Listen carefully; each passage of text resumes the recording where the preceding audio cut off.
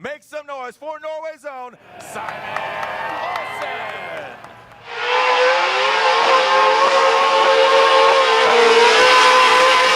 Now we're trying to force it here ahead.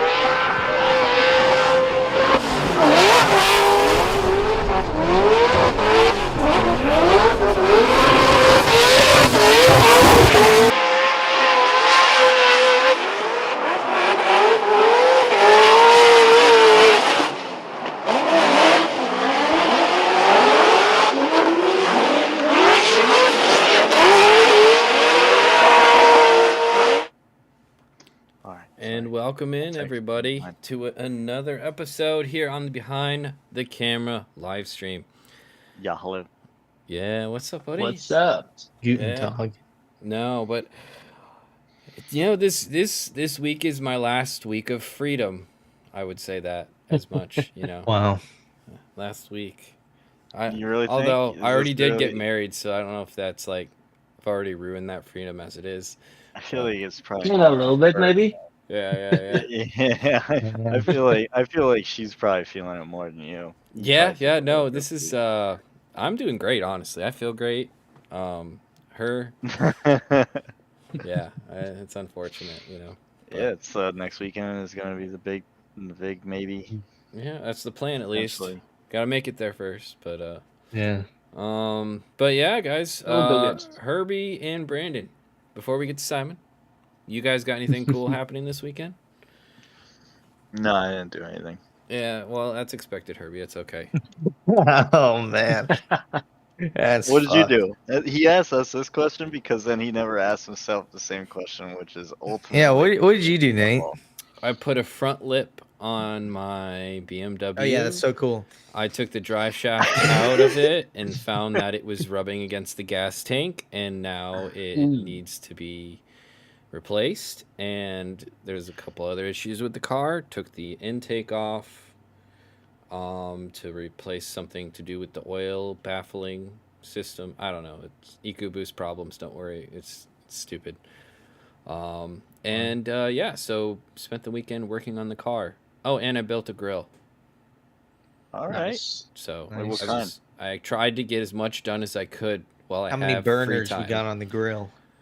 Yeah. Did you Dude. make? Is this just like? 6, a 4, an 8. What are we talking what are we here? talking- Yeah, we got Blackstone. Is this like a griddle grill? Or... No, it's a regular, your standard, like, you know, probably 8 burger grill. Okay. Yeah, It's, I a, it's a don't big know. grill, but it's like your I don't standard. even know. Can't I even don't know, know. dude. I had VDC this past weekend. That was not fun. I drove probably the worst I've driven in like 3 years, which was awesome. I lost Right. against a 12-year-old, which is less awesome, but we live and we learn. And we Is keep that going. really how old that kid is? Yeah, dude. He's like homeschooled and he's got like a bunch of stuff. Good for him. But like all he does is hop on his sim and drive. So it's He got like, fourth, right? Overall. He got 4th. So it's just like, what can we Is it? do? I just need to get The better. kids are coming for us. Yeah. I know. mean, he's only 17 himself, so. Who? You Yeah. talking about me? Asshole. Oh man, no, it's a thing, man. It's they're gonna keep coming. But yeah, no, we They are for sure. obviously, the big guest here this week is Simen Olsen. It's good to have you here, buddy. Thank you. Thank you very much for having me on. Awesome. Well, let's start with the most recent news. You are actually in America. Yes, I'm in California at Chad's house right now, Nice. our new guy on the team. So we have the Supra just in the shop here. Try and redo a bunch of stuff before the season starts and kicks off. So hopefully we will be ready for dyno in 2 days, I'm guessing. And then we are heading straight to the Vice Web event at Willow Springs. So exciting days ahead. Really looking forward to be back in the Supra. And yeah, there's going to be a bunch of upgrades to it. So yes, it's the same car that I had for the 21 and 22 season, but there's big changes. So I'm excited to try it out for sure.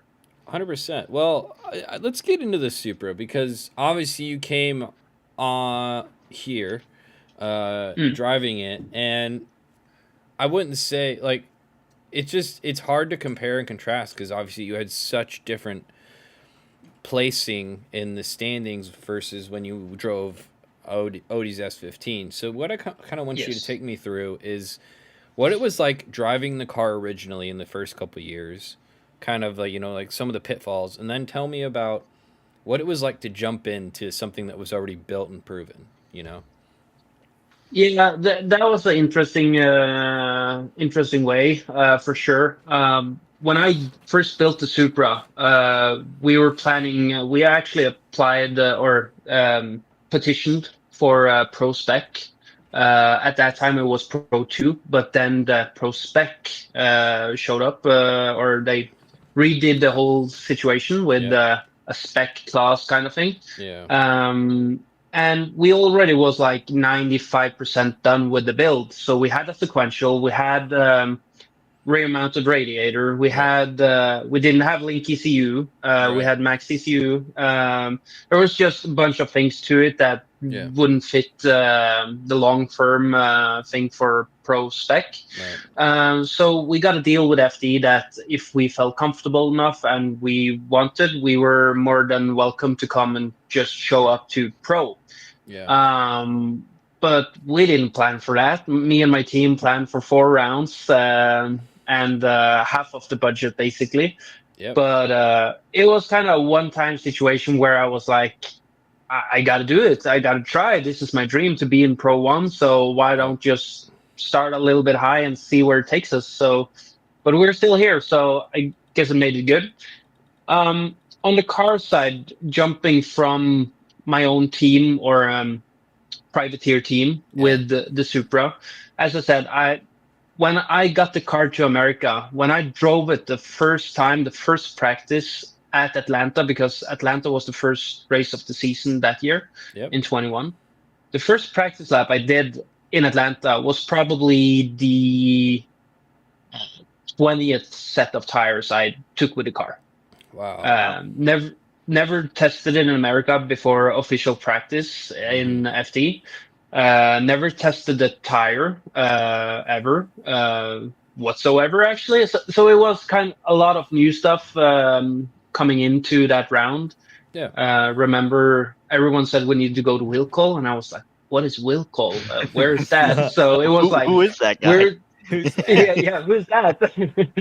So no, it was interesting, but it was a good experience. But to answer the question, I love the Supra. I'm a Supra guy. I'm a Toyota guy to death. But jumping from a privateer team and Supra into Odie's program with the field suspension race team, like you said, which is a proven car, proven engine setup, like the whole package was just very well built and very well put together.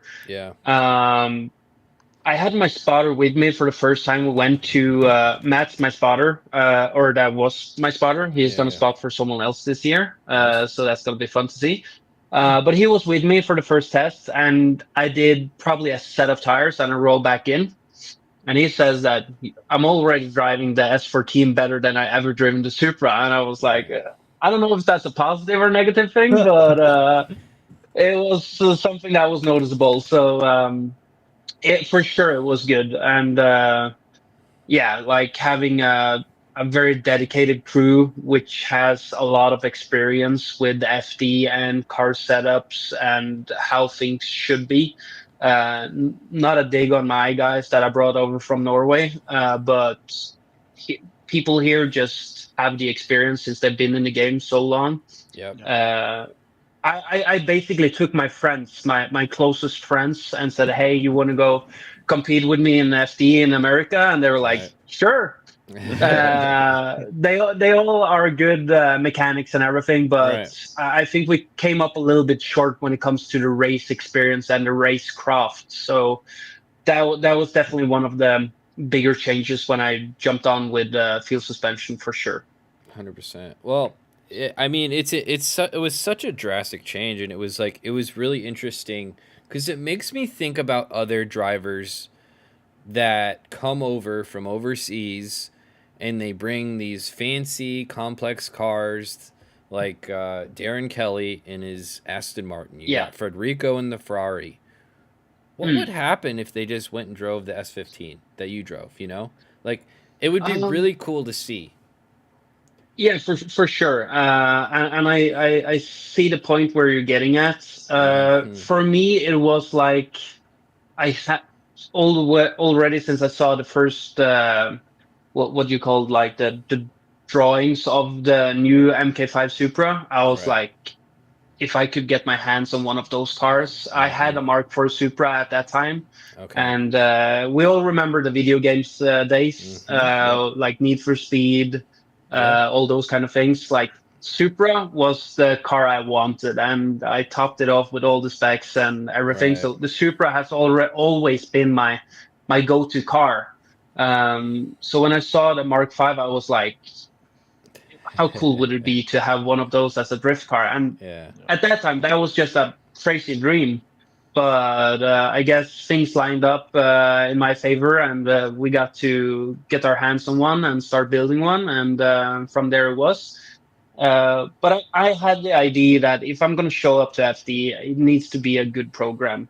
I knew this is nothing that you can just take on, and you need to dive into it like with both feet and jump into it and do it proper. So with a total new build, with a new chassis, which we really believed in, that was the way we wanted to go with it. Maybe it would be better for me to do a Mark IV Supra that I already was confident in and had already 3 years under the belt with. That might be a bit better move, but at the same time, I really think the GR Supra is the future of drifting like a S chassis. So give it some time, and I think it will be there. But yes, I think the Ferrari is sick though, and also the Aston Martin that Darren Kelly showed up with. That I think it's super cool, and it shows that the sport are evolving. If you just show up with 350Cs, S14s, and like those cars, those are super sick. And one of my all-time favorite cars is the S15 as well. Yeah. But I think it's good for a sport that it kind of evolves a little bit with the markets. So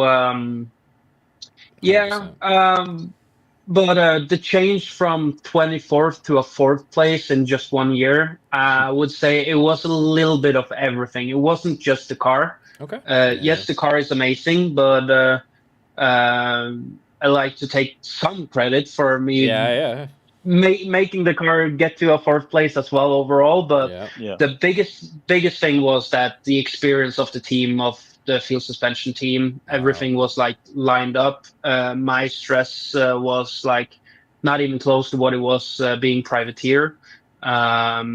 I basically showed up with my helmet and my race suit and was ready to go. And I got so much help from that team.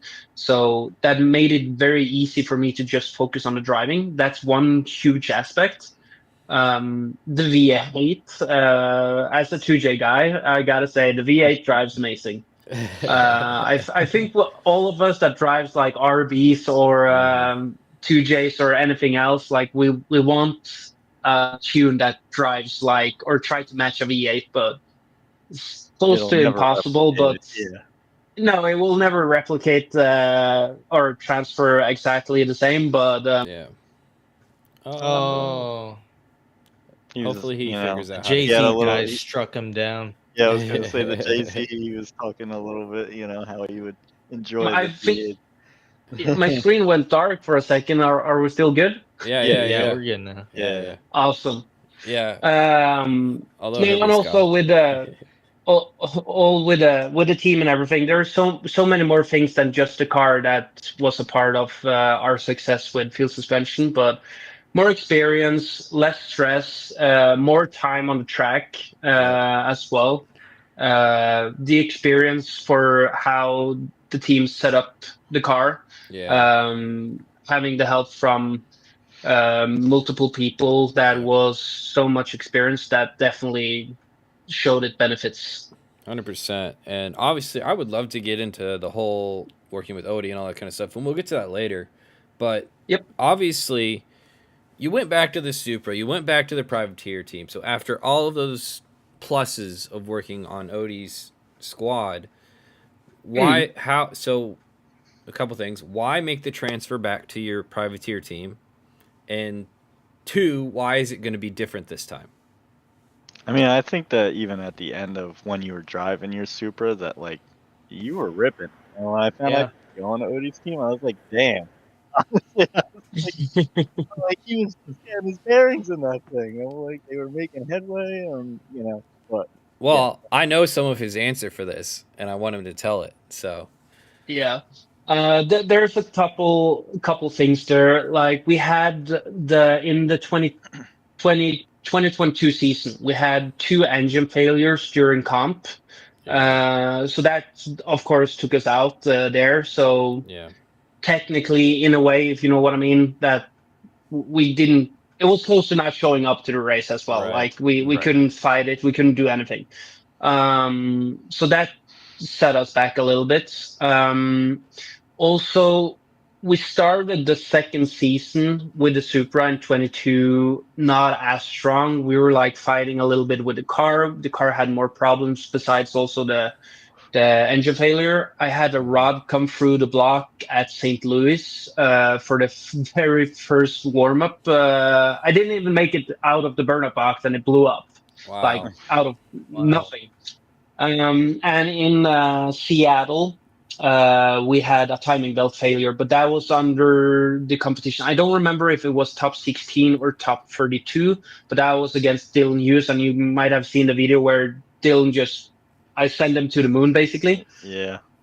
That was timing belt failure, and the whole car just died on me. It's like I didn't have any power to get away or do anything to save him at least, but there was like small stuff that we kept fighting for that season. But we still learned the car, the setup, and by Utah, we came back swing, got a fourth place there. The best result I did until that time. That was pretty sick. I really liked that track, how the layout was the two first years. Didn't like it at all this year, but that's my personal thought. Um, so we ended with Utah very good, and Irvindale has always been a huge challenge for me to be very happy with. Like I just find it very hard there. So I love driving there because it's super fun, but I've never actually been happy with any of my runs there. Well, when I've been like that was a high 90s run. So unfortunate there, but that was that season at least. Yeah. Well, that. So let's get into transferring into the Super again though, because to the original question, why go back to being a privateer? Why go back to the Super after all the success you had in the S15 on Odie's team? Yeah. So with the 2 years, I of course rented the car and the seat from Odie, and for me it was more a how can I say this? More a learning curve to get on a pro team like Odie's team and get the experience. I knew that I wouldn't retire there. I kind of had in mind that it would be a stepping stone for now. Build up some confident experience and then try myself back with a privateer like we did now. But it's more into the financial side where it's like it costs a lot to rent a program like that, at least when it's such a high quality program. Yeah. But it was just hard for me to do the financial with it because the car is already built. There's a program. We are two cars that was trying to have the same parts, so you don't have a spare package for two different cars. So it was kind of hard to sell it in for sponsors in the automotive business. So it had to be someone outside. And there's no secret to it. Like I'm probably not the best with sponsorship and have that experience. I come from Norway where sponsorship doesn't exist you don't get better deals than a discount, basically. Yeah. So all those sponsorships, how to talk to people, follow up with partners, and all that's been a learning curve for me, and we're still trying our best. But it basically it was the financial situation that I wouldn't say forced me into it, but Yeah.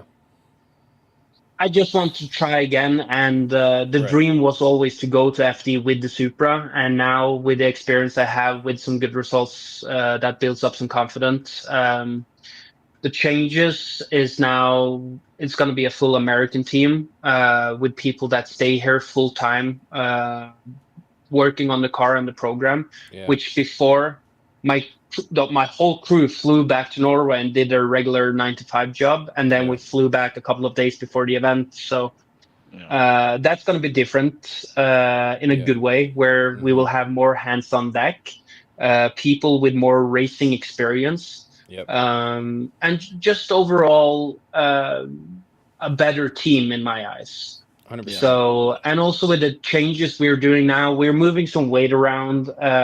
The car, when we first built it and showed up with it, it was still a brand new car. I think I was the fifth or sixth person in the world to build one of those cars Oh, with wow. my team back in Norway.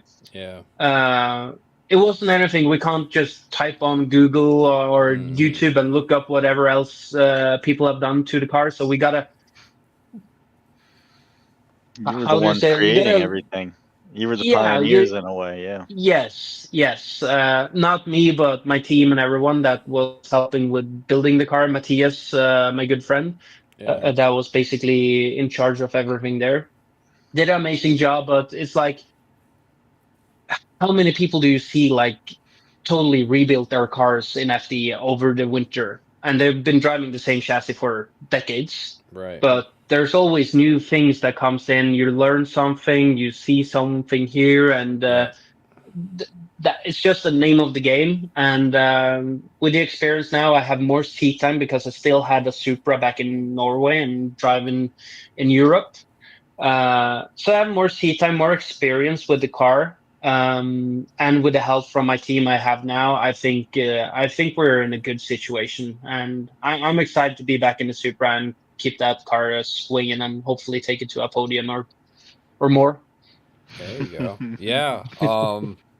Because obviously it I'm just trying to, like wrap our head around, like, because you had such a competitive, program when you were with Odie. It's like, what's going to propel, like, what can you give me some examples on, like, maybe some of the things that you feel better with the car for this year, or like what was the car doing for the last 2 years? Was it just like chilling out, or So yeah, basically the car. I haven't driven that car basically before we start to redo it. Now I did just a shakedown for the fun of it, just to oh drive yeah. it one more time before we tear it down. But yeah, it's been sitting for basically 2 years. First, I stored everything at Red Dan in Florida. Oh, okay, yeah. Uh, Mm. so it was sitting there in my trailer outside his shop. And then I think late this summer, we picked it up and drove it up to Chris, my crew chief, Yeah. to Arkansas, and he stored it there. And the original plan was to just refresh it a little bit and use it as a demo car for the time being. At some point, we actually looked into selling it. We never advertised it, but like, if someone asked me and they had the money to go buy it, I would let it go. And we had some other plans for the time being, but Yeah. now we're back to old school again, in a way, like the first, like we how we showed up, but in a way better position. Right. 100%. Um, Has Yeah. technology changed for the car since you last drove on it, though? Like, are you guys using some different products, or different, like, components now that you think are excited for, or anything like that? Yeah, so we are teamed up with ECU Master, for example. Yeah. So we gotta have a lot more data from the car. We're gonna have shock sensors, a bunch of stuff, tire cameras for tire temps, Yeah. bunch of nerdy stuff for my guys to look at and tell me if I'm wrong or not. Mm-hmm. So that's going to be a huge benefit for us to have all those accessories to do those kind of things and have solid data instead of pointing fingers or thoughts Right. or feels or Mm-hmm. whatever. Now we will have actual evidence that the car is doing this or I'm driving it this way. So that's going to be very helpful, which I'm very excited to try out and learn more and like actually have evidence of what we are doing. 100%. Also, turbo setup, we're still going to rock the 2J, a 3 liter for now. We are eventually trying to put in a 3.4. But as of Long Beach and maybe Atlanta, we will see when we get the time and the money Right. to upgrade. But for now, it's still going to be a 3 liter, but we have changed out our turbo system to Garrett's. So Nice. we have the Nice. new Garrett. Don't remember the specification. Right. GTX Mm-hmm. 40 1050. Okay. Yeah. Yeah, a better Garrett turbo, one of the newer ones. Right. And we went with a Artec manifold, so it's going to be twin scroll, double Westgates, obviously. Mm-hmm. And so hopefully that will help the spool. We're also adding nitrous to the car. I've never driven a turbo car in my life with nitrous, so excited to see how that's gonna be. I think that's gonna help us a lot. Mm-hmm. Um, so 100%. yeah, there's some small things there, but that's gonna do a huge things of positives for me. So that's yeah, skimming the top of it. Right. There's Right. a lot of nerdy details underneath that I can't say for certain that's gonna work yet. Right. That's what we have testing for in preseason. So maybe later I can talk a little bit more of those things. But Right. as of now, that's the biggest changes that we are doing. We are also moving a lot of weight around and a lot more, but I Yeah. can't You tell don't need to give everything at away. once. Yeah. Oh Yeah. man, You can't You give got away your all your secrets, secrets. I was gonna Yeah, for ask. sure. I was gonna ask if Sure. you guys are moving like weight towards the front or if you're moving it towards the back, because it seems like a lot of people want to move weight towards the front now, just to like have more, I guess, of a stable front because of how much grip you guys produce. Yeah, so obviously you guys know, but for the people watching, we run very wide rear tires, which put down a lot of grip, uh, and you use everything of the rear. So basically, you're pushing the fronts at all times. So I would say yes. I think I can answer that one. We are going to move some weight further forward, Mm-hmm. but there's a couple of other things that we are gonna test out and see if we're on the right path. But for sure, with the big tires we're gonna run now, Yeah. we definitely need to have some more front grip. Awesome. Yeah, So moving that's weight cool. around, like also for the balance of the car, not just Yeah. to get the front, but like overall stabilize it way more than we did before. So the car is been stripped totally down to the bare shell, like absolutely everything, Yeah. and put together piece by piece, and everything is there for a reason, and it's like that for a reason. So it's way more thought through Yeah. car, I would say, way more serviceable, and just a better car overall. So I'm 100%. excited to Heck yeah. see how the team are gonna wrench on it and Mm-hmm. everything. Like see if all the things that we have upgraded comes to its purpose. Yeah. Was I'm there excited for it, was honestly. yeah, was there anything from your experience with Odie's team that you've kind of incorporated into your program now, or like something that you've learned from all the stuff that they did over there? Yeah, that's maybe one of the biggest things is that um, that setup is 90% of the job, I would say. Yeah. Uh, if you have a good setup, you can basically drive around a lot of the problems you have.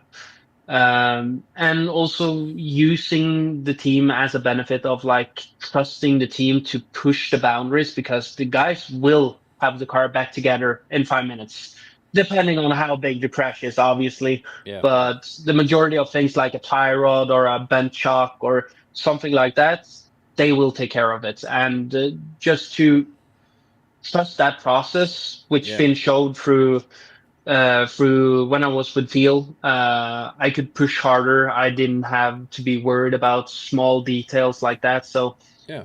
trusting the team is definitely something I've learned better during that time. And setup. Like I'm not a suspension guy by any means, even though I was on a suspension team. Picked up something here and there for sure, and worked close with the team to like try to understand what we are changing, so I can like have a pointer for next time when I show up to a track and something is off. I can kind of give a good feedback in the correct direction. But I never asked how I work with my team. I never asked for give me 2 clicks looser on rebounds. Like Right. I address the problem and they do the calculation on what to do, but they always tell me what they did so I can have that in the background, so I can pick up some certain things here and there.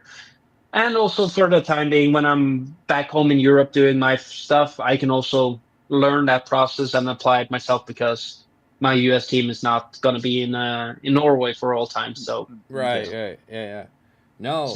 that's probably the 2 biggest factors, and maybe also learn that V8 is pretty cool too. It's just No. loud. Yeah. Just Well. loud. Yeah, Loud extremely and loud. torque. Yeah. Yeah. Well, like looking back at the experience, kind of like what was it like working with Odie? Because obviously you've dealt with Odie far differently than probably 98% of other people deal with Odie because you've dealt with him in like financially, you've dealt with him like literally running his cars and like having like you've obviously probably got to know Odie better than most people ever will. So Mm. what's he like as a person? He's a funny dude for sure, for sure. Yeah. We had some good conversation and good times. Traveling for 2 years, stayed at the same house, eaten together, been frustrated together, been happy together, been on the podium together. He's an awesome dude, and he has just a raw talent of driving, and he is definitely a coming champion. That he's never got it yet is kind of wild because he definitely has the mentality. He has everything that needs to be a champion. So now that he is going to do a couple of changes himself to the car, that's going to benefit him as well. I think he's definitely going to be strong. Working with him has been great.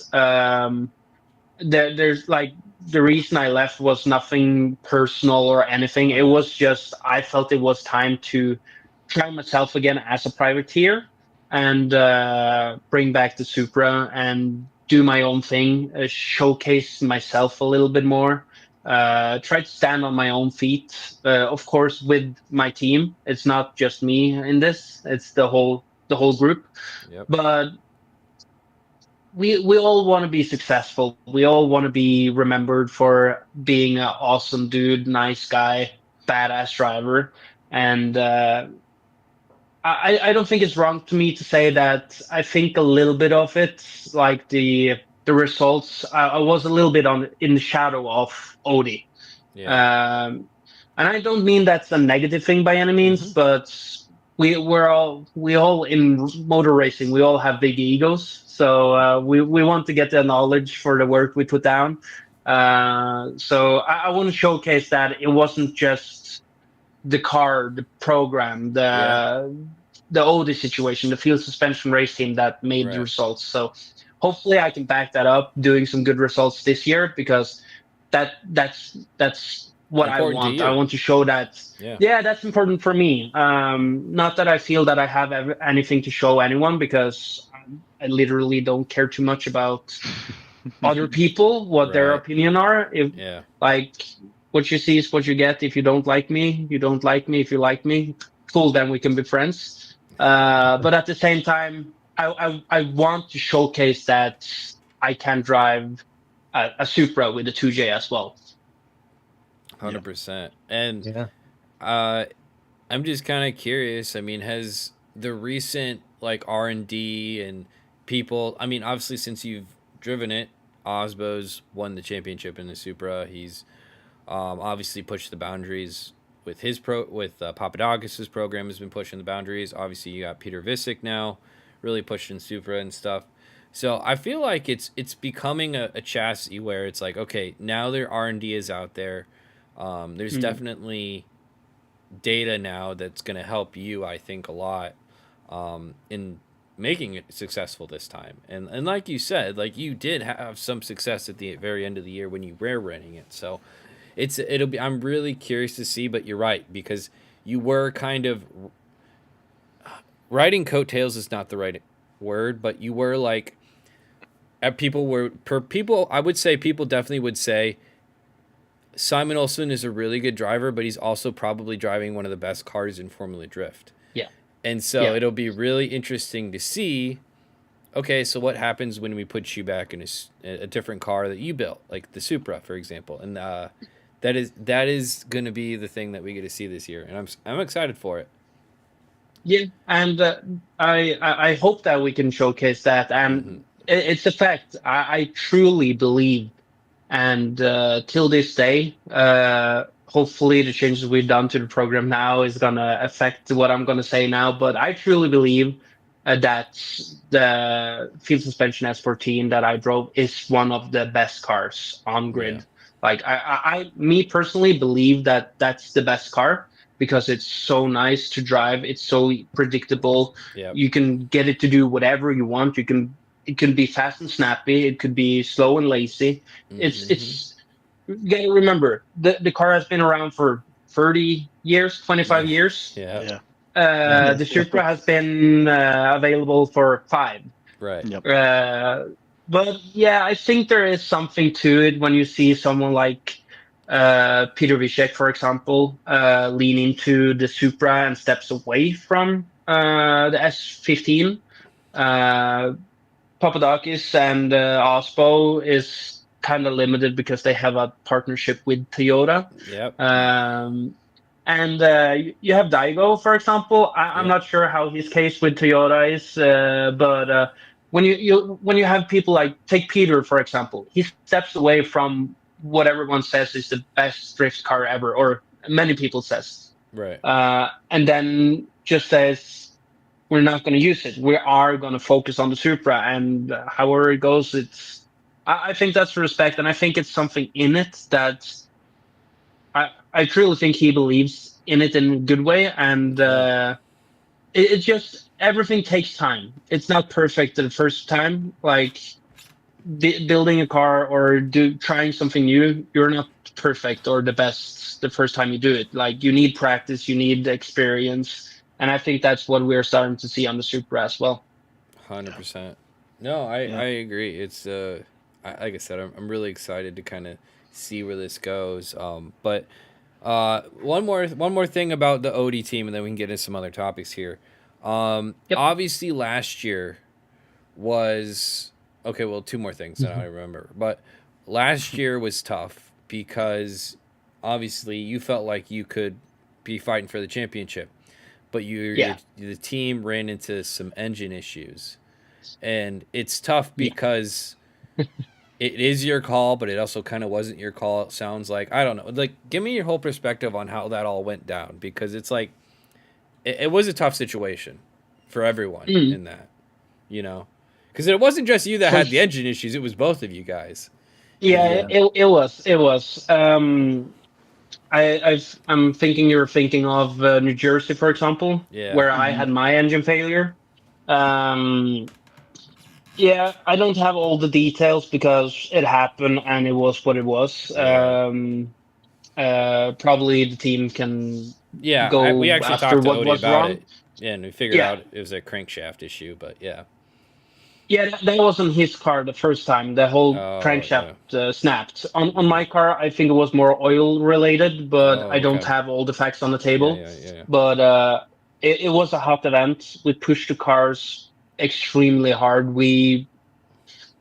Well, out of our times and notes, I was one of the fastest cars out there, and Yeah. we tried some new stuff going into the 24 season uh, that we developed with the team.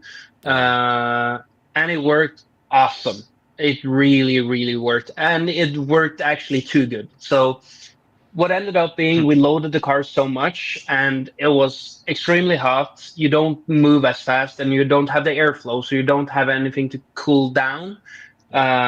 So my feeling was that we pushed it too hard and Yeah. it failed basically. But what happened was I went out to do my very last practice run before top 32. And the situation was that I started hearing a weird noise, but it wasn't like the situation was that we got rod knock, but it wasn't. I know the sound of rod knock. Yeah. It's very, you know, when you Yeah, you know, could. Yeah, when you know, you know. yeah. Yeah, yeah. But it was like more like sounded like something was loose, so it was extremely light. And I was parked up behind, I think it was Andy Hatley, but I was like parked like this behind him, so I got his exhaust straight in my face. I couldn't tell if it was his car that was running weird Mm, or it was my car. So I told my mechanics on the radio, like, I think there's a weird noise here. And first, we thought it was actually the blower that was damaged mm. because it was more I don't know if I'm saying it right, but more a rattle noise, Yeah. like metal noise. Yep. Um, and then we drove back to the pits. We took off the belt to eliminate the problem of the sound of the blower Yeah. turning. Uh, it was still there, and that was when we understood it was rod knock. And then it Yeah. was like, okay, it's 15 minutes till my battle in top 2. We can't change the motor that fast, and we didn't have a motor at that time as well. Right. Mm-mm. If I remember correctly, since Atlanta, I Yeah. think no, I'm not sure about that, but 15 minutes, you can't change a motor that fast. Yep. So we run through the scenarios with the guys. I asked myself, like,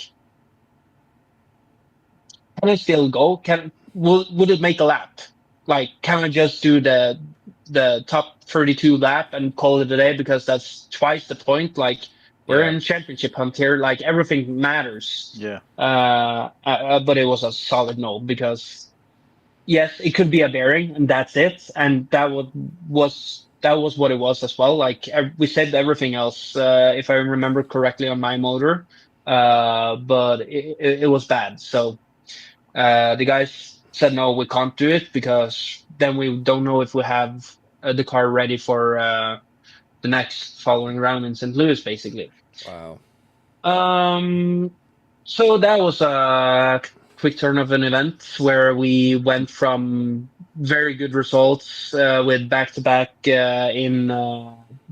podium, second place in Long Beach and then Atlanta, Yeah. and unfortunately lost to Minoa in Orlando, and then we got to New Jersey, which is one of my two favorite tracks, and I did my first podium the year before, and I was Hmm. feeling extremely good and confident in practice up until that. Yep. So we're like, Yeah. we're gonna get our first like number one. So we were extremely excited for it, and then that happened, and that's racing, but it sucks. Trust me, it sucks. Yeah, yeah, I Yeah. bet. Well, I Yeah. definitely felt pretty bad for you there, especially yeah. being out there and then just like like you could see something wasn't right, and I had the Yeah, live stream going, and everybody's saying like, "No, not again, please, no." yeah. No, Like, I definitely, I cried. I cried. I Yeah. was so frustrated. I had to take a good solid hour in the trailer just to collect myself because I really felt good. Everything was like lined up. We're sitting, I don't know, third or fourth in points already after 3 rounds, 2 podiums already. Like I thought it was gonna be my year, and then that happened. But there's nothing we could. I'm sure there's something we could do, but when it Right. happens, it happens, and you got to Mhm. just forget about it and move on. And that's what we did. But yeah, with a new seating system, like we never got like back in the top spot after that. So Yeah. it was kind of slow downhill from that. Like that, it started very abrupt, and then it was like I couldn't get myself up there to do the good results again after that. So maybe it was a mental thing. Maybe it's the seating bracket. I don't know. I'm gonna blame the seating bracket for sure. Right. Yeah. Yeah, no, I mean, I don't know. The bracket this year really was interesting how everything played out because Yes. it there's so many drivers that hurts because they're great qualifying drivers, and then I mean, I know like I think it was Hurst and Novak went against each other like 4 times in a row in the top Yeah. 32, and it was weird how everything kind of was like landing to where you were like these guys are really going up against the top 32. Okay, it's like, but I don't know it. Yeah, I'm out of count, but it was 3 or 4 times I battled Jeff Jones as That's well. right. Like Yeah. it was Yeah. like round after round after round, and we were like, "Come on, what's happening?" But it made some good show. Like I know Jeff very well now on the track. He's a good friend and a good buddy too. But like I know how he drives, and he definitely knows how I'm driving too. So and it was the good thing about it. Like well, we all want to win, but for the show, it was good because we were going back and forth on winning and losing. Hmm. So it was okay, but I don't like when it's. I'm not a huge fan of the seating bracket. I think it needs some changes for sure. I think it double rewards and gives a double disadvantage as well. So I'm not married to it. I really like the 50 seconds you get for yourself on the live stream doing a qualifying run, Yeah. and yeah, I yeah. But Interesting. Yeah. I was curious what can I Yeah. because say? you kind I'm of not brought in up the idea charge. that they had for this year of actually giving points to people who won the seating bracket and stuff, and that it seems like a hard thing to justify, but it's also a hard. They also needed something for the seating bracket, so I'm curious to see where that kind of goes. Yeah. Now you get points Yeah, per battle won instead of like 32-16. You just get points for how many battles you win, which is interesting. yeah.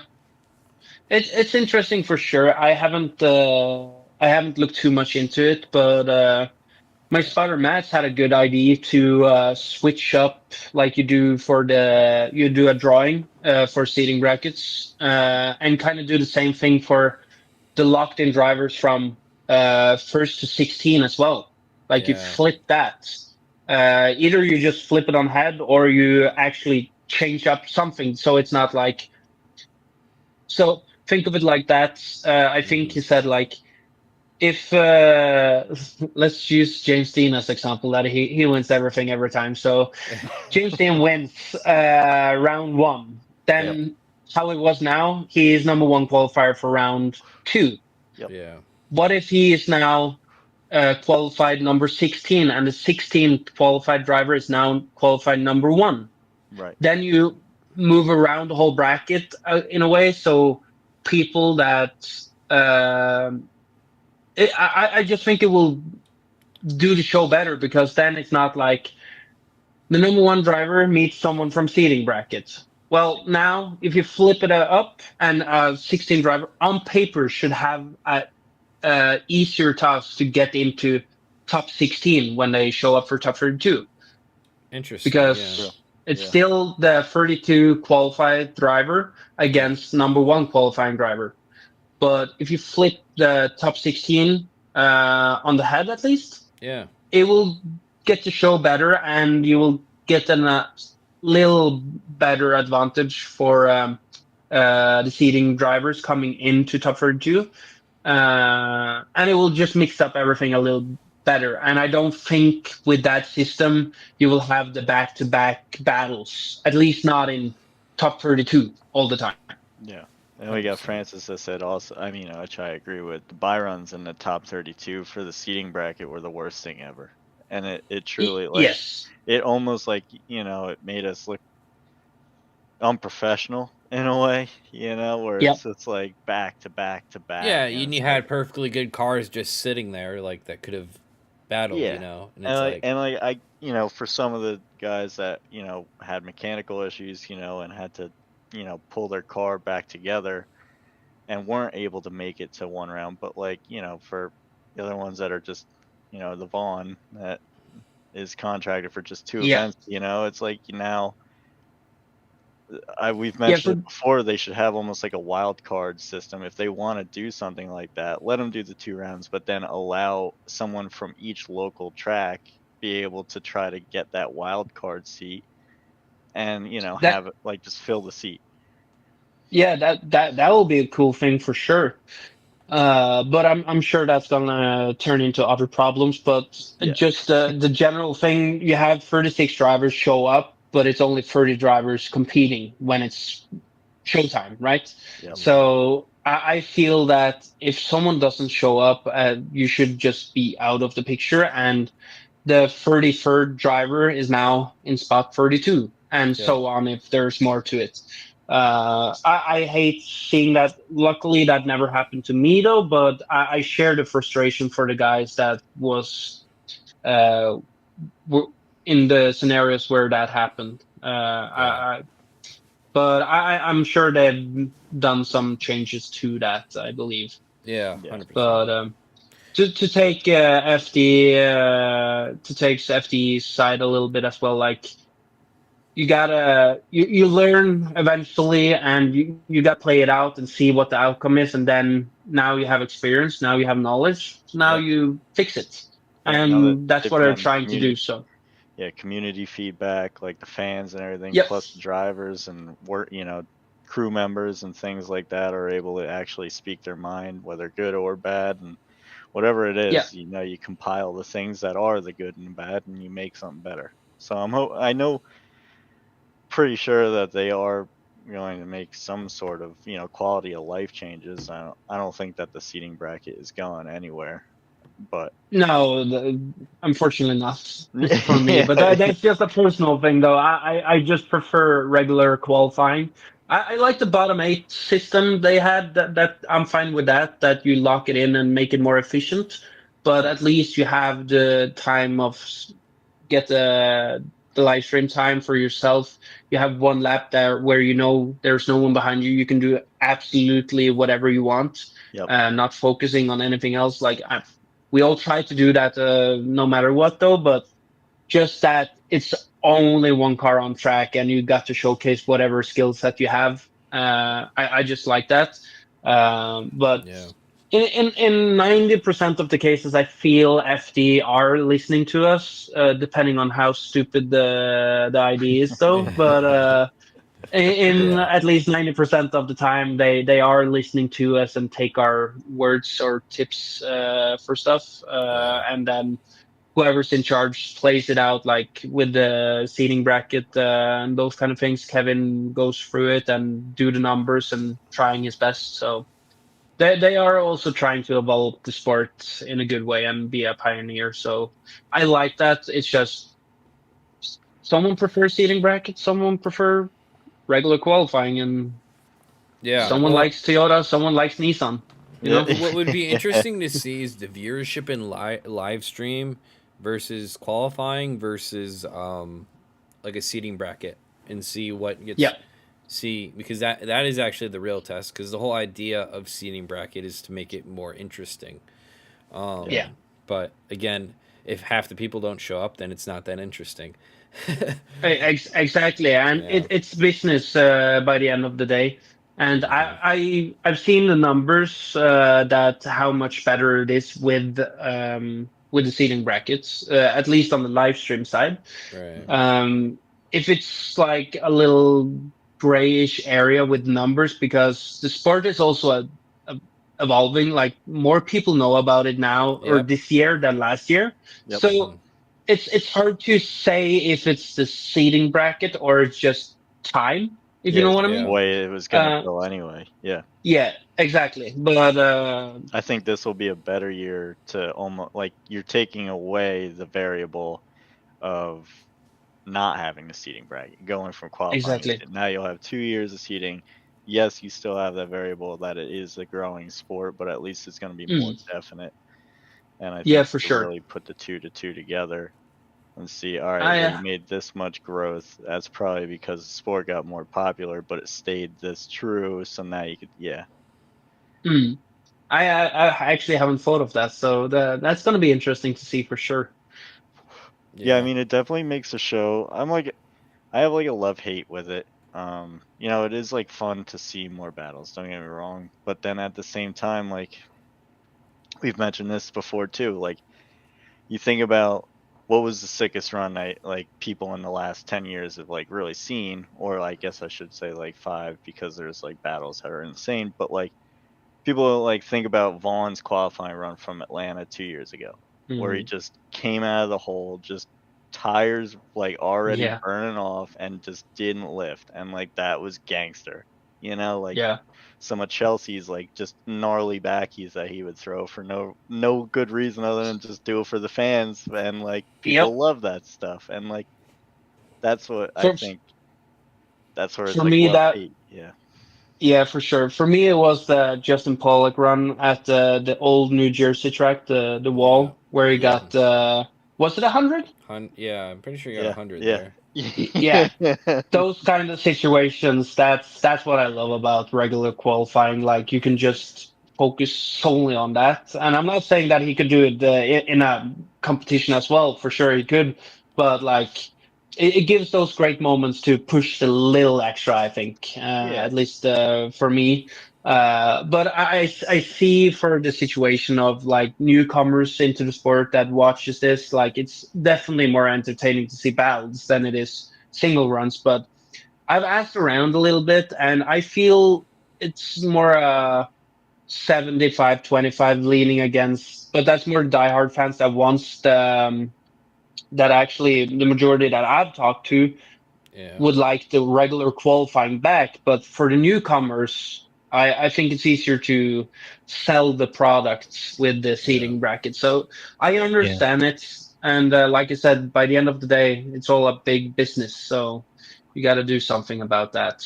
Yeah, I've made the you know the comment before that it could also just be a more of a benefit too for a driver. Like if Yeah. you do get knocked out in the seating bracket, you can fudge it a little bit and say, like got knocked out in competition, wasn't able to get the results that I wanted to, but they don't really know what top 32 you're really in. Like maybe some of them do, especially after talking to Taylor Hole last week, how some of his sponsors were watching his results and things, but like Mm, some of them aren't as in tune, and you could show that you did actually compete and you did like you know you lost by a mechanical or yeah. this that the other thing, and like you have that footage to kind of just at least rely on until the next one to hopefully just pull it back together. But For sure. Like there's definitely benefits and pros and cons to it.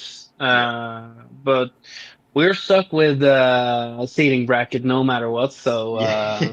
Yep. just gotta play it out. 100%. Yeah, this is the Yep. way how she goes now. So Yeah. Yeah, for sure. it does Oh, make it go by, I think, a bit quicker, which I think, for the people that aren't in it, it kind of does suck because like you guys are just now, well, you could just Sitting leave, around. yeah, or just go get Or some like just go dinner, home. yeah, go get some dinner or something, Yeah. or whatever. But like, Yeah.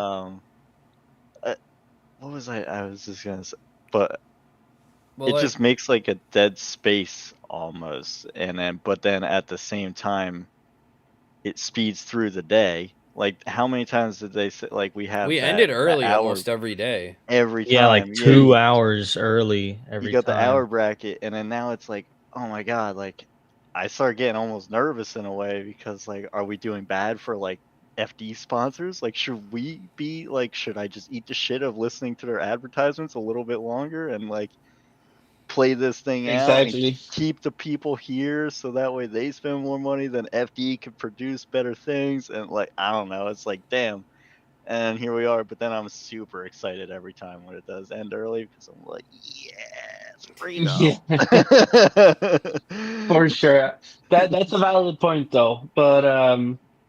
I think uh, I had a good point. I think I forgot it. Yeah, I might remember it later. But Yeah. Well, either way, well, speaking of like other like drifting and other organizations and stuff, like you did an international competition last year, yeah. It was like yeah. FAA, like The FIA what was it called again? motor Motorsport games. motorsport games. Yes, yes. Yeah, what was So that yeah, like? That was interesting.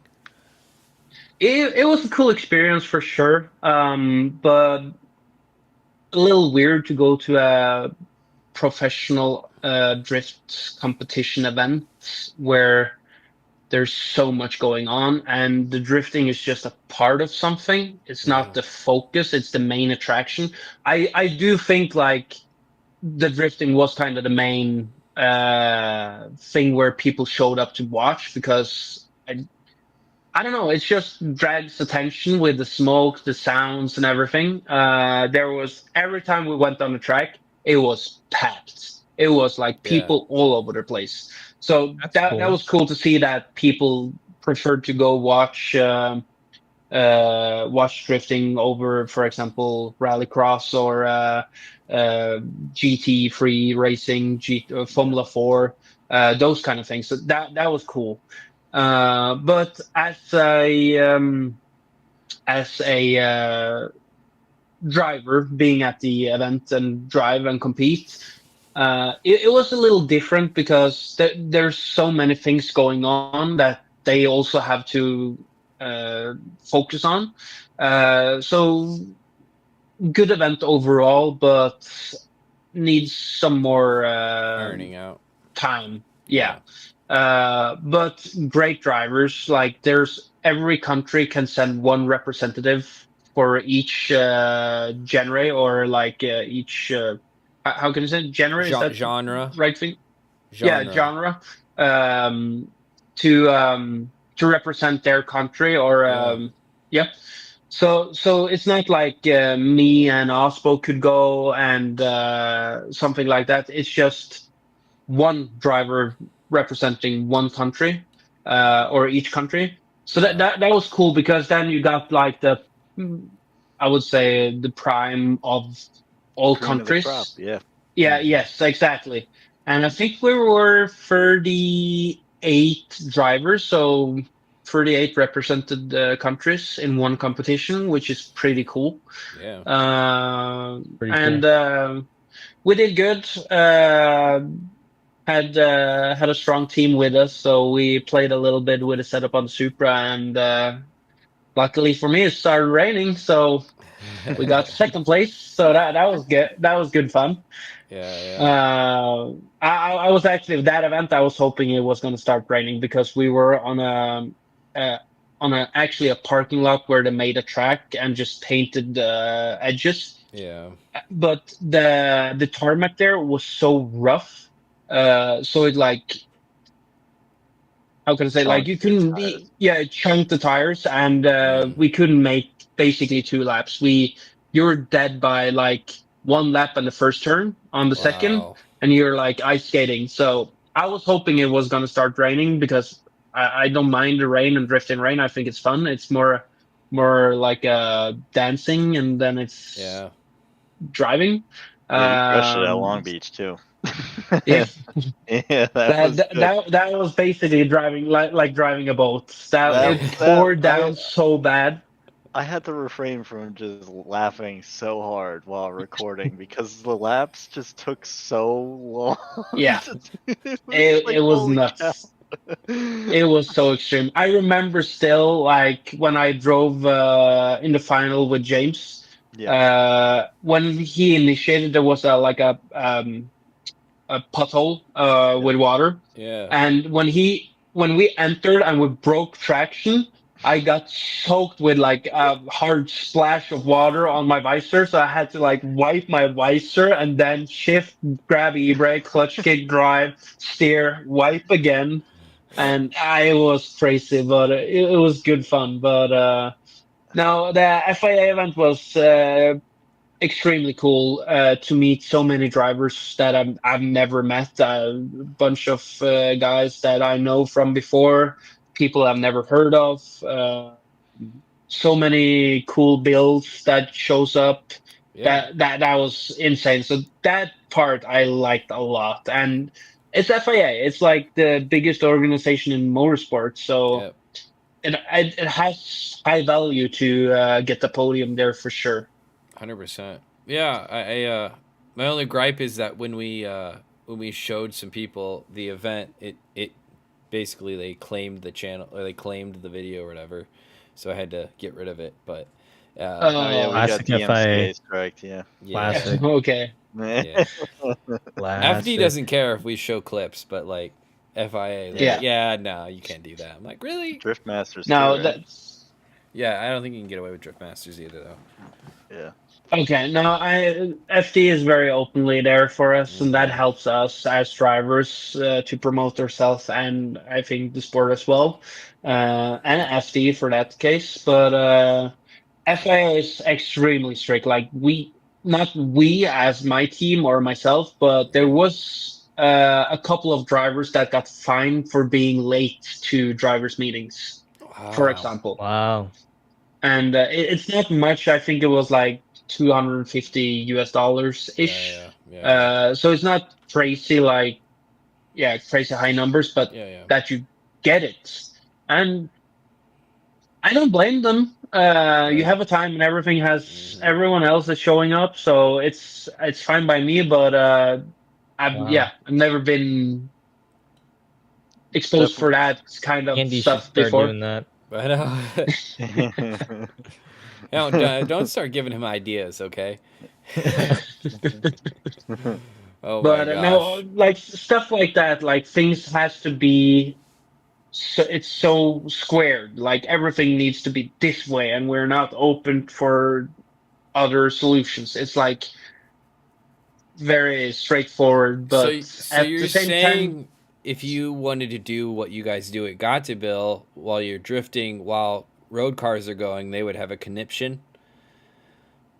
oh yeah, that would no Alfie, I would like that. To be honest, what I is don't that know. event driving like? Like that's gotta be Gatville, out of that's gotta be out of this world.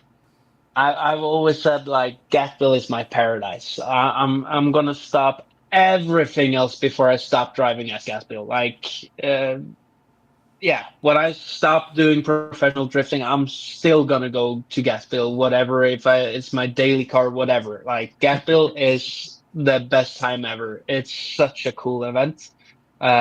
So many cars on the track. You can be a total douchebag driving, passing cars. The track is so huge and big. Like it's a big road course. Yeah. You have plenty of space and safe space to do all those kind of things. I remember my first Gaskell event, and I saw Frederick Gaspo in the mirrors, and I was like, "Uh oh, better get out of the way!" Like, but that respect you have for people, you have cars that goes fast and slow, someone that cools down on the straights. You have people that link the whole course and manchi over the straights. You have everything. You have 1,000 horsepower. You have 1,500 horsepower. You have 250 horsepower. You have Yeah. 205 street tires, 16-inch, and you Yeah. have 285s semi-slick proper tires. Yeah. You have the whole range of cars on the track at the same time. It's so cool. Yeah, Wow. that's always definitely been a dream of mine. Ever since, like, genuinely, even being in high school, like 17, 18, and seeing videos over there, I'm like, Yeah. now that's insane. Like, that is just Uh, truly top tier driving. Yeah. I've never heard anyone that's been to Gatville said they was bored. say at least. That's cool. It's such a cool event. Like everyone is staying on the track, living in a camper, in a tent, whatever, race buses, Yeah. trailers, everything, RVs. Everyone is there. Everyone parties and socialize at the evening after the driving stops. There's Yeah. concert, live music. Um, it's everything. What more can you ask for? Good food. It's absolutely everything there.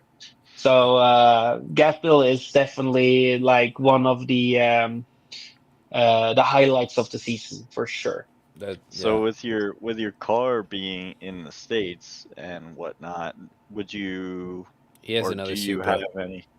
What's that? He has another Supra in Europe. Yeah, I know, but I was just gonna Oh. ask, would you or do you have on the horizon any grid life events?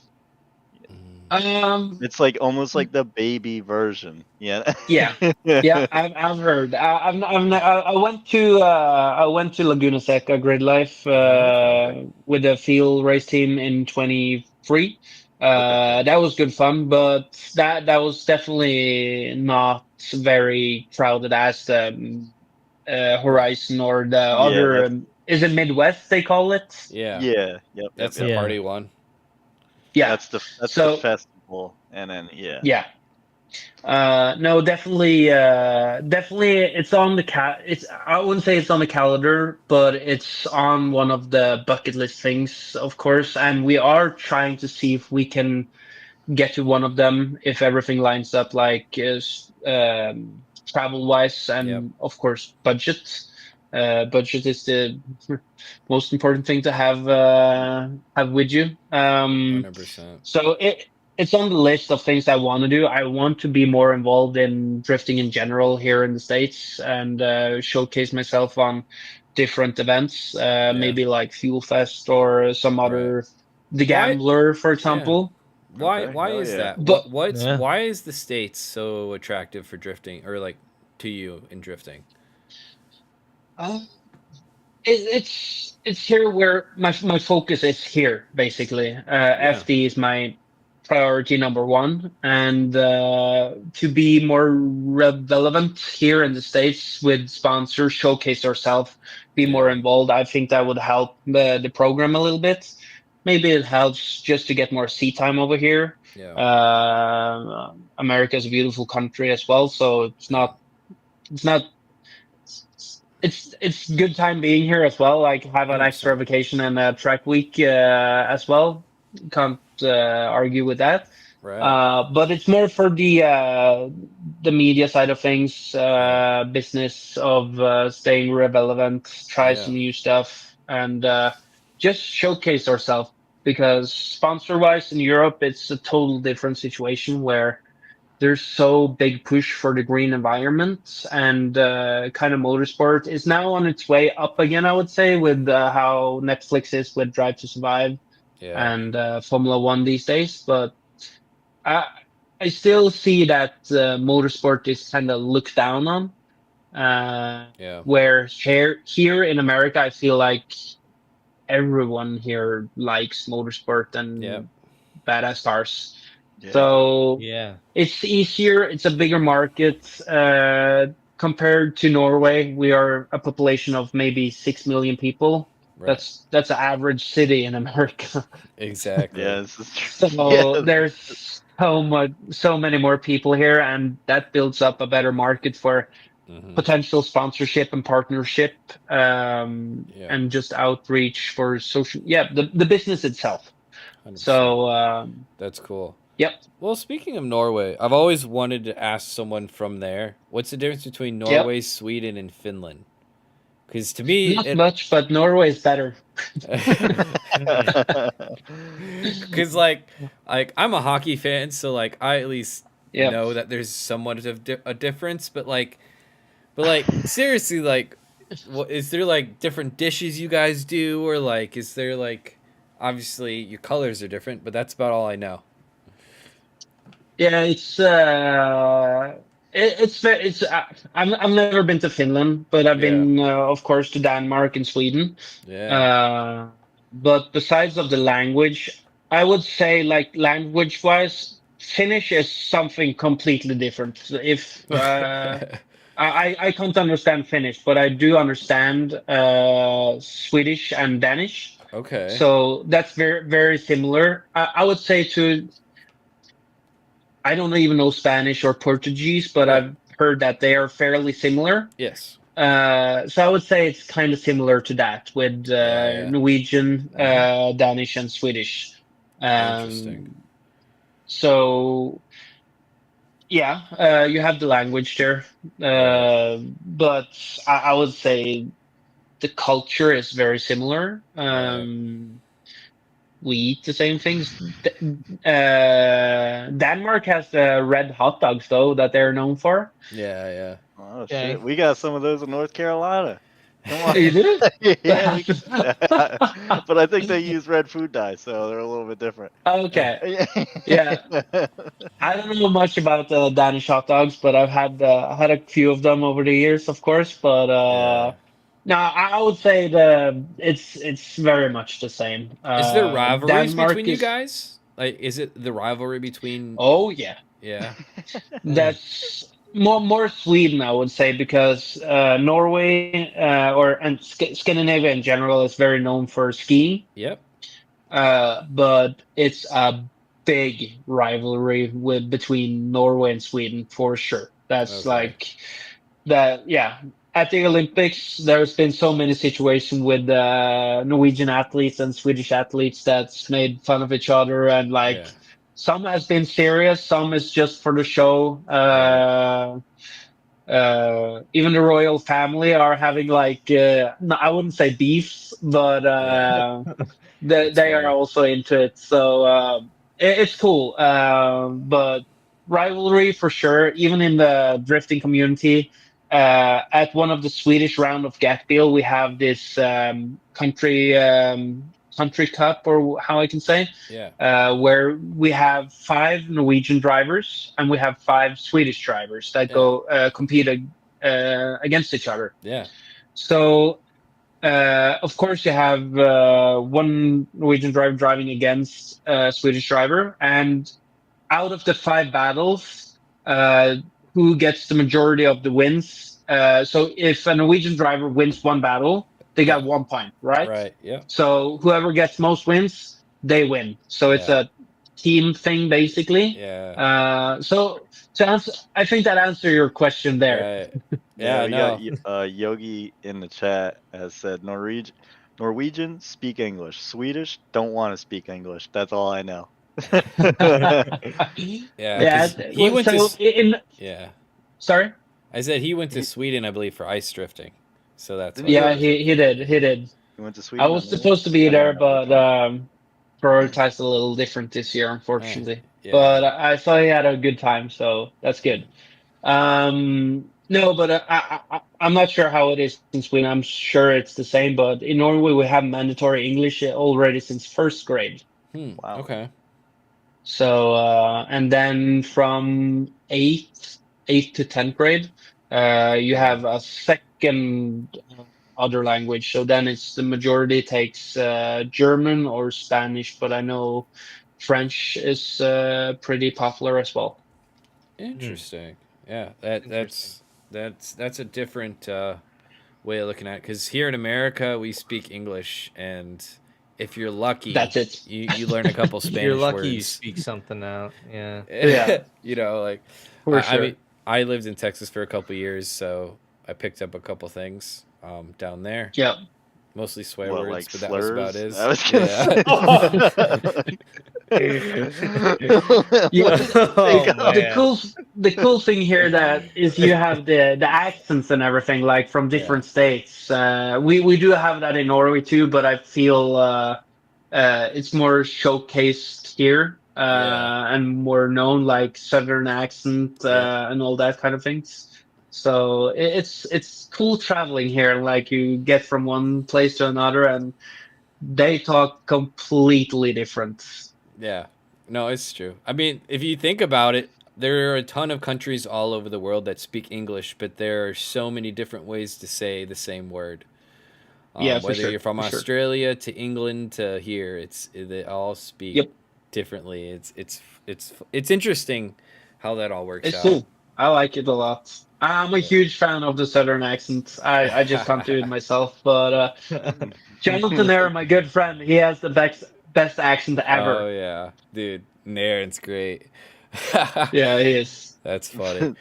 Yeah, and I mean, you think from a guy like him, he has an S14, but it is not your JDM low No, S15. not at all. It is all about going fast, and that's all it cares about. Yep, yep. I never Oh, talked he's to a good Nairn. buddy. I He's a didn't cool dude. realize he's a Southern boy. Oh yeah, Yeah. yeah, he's Yeah, down I've by only you ever right seen now. him drive. He's in the Carolinas. Yeah. You've never seen Oh, him he's- drive? Mhm. No, I said I've only seen him drive. I've Oh, only okay. heard the Bald Eagles. Never Oh. heard him Oh talk yeah, about because I was said gonna say Bald that Eagles. that man can drive when the car works. That's the challenge. with Yeah. That's for sure. Yeah. A lot of toe in the Fuck. back too. An active toe. A lot of dynamic Oh toe. yeah, Yeah. he All had of it. that viral dyno video.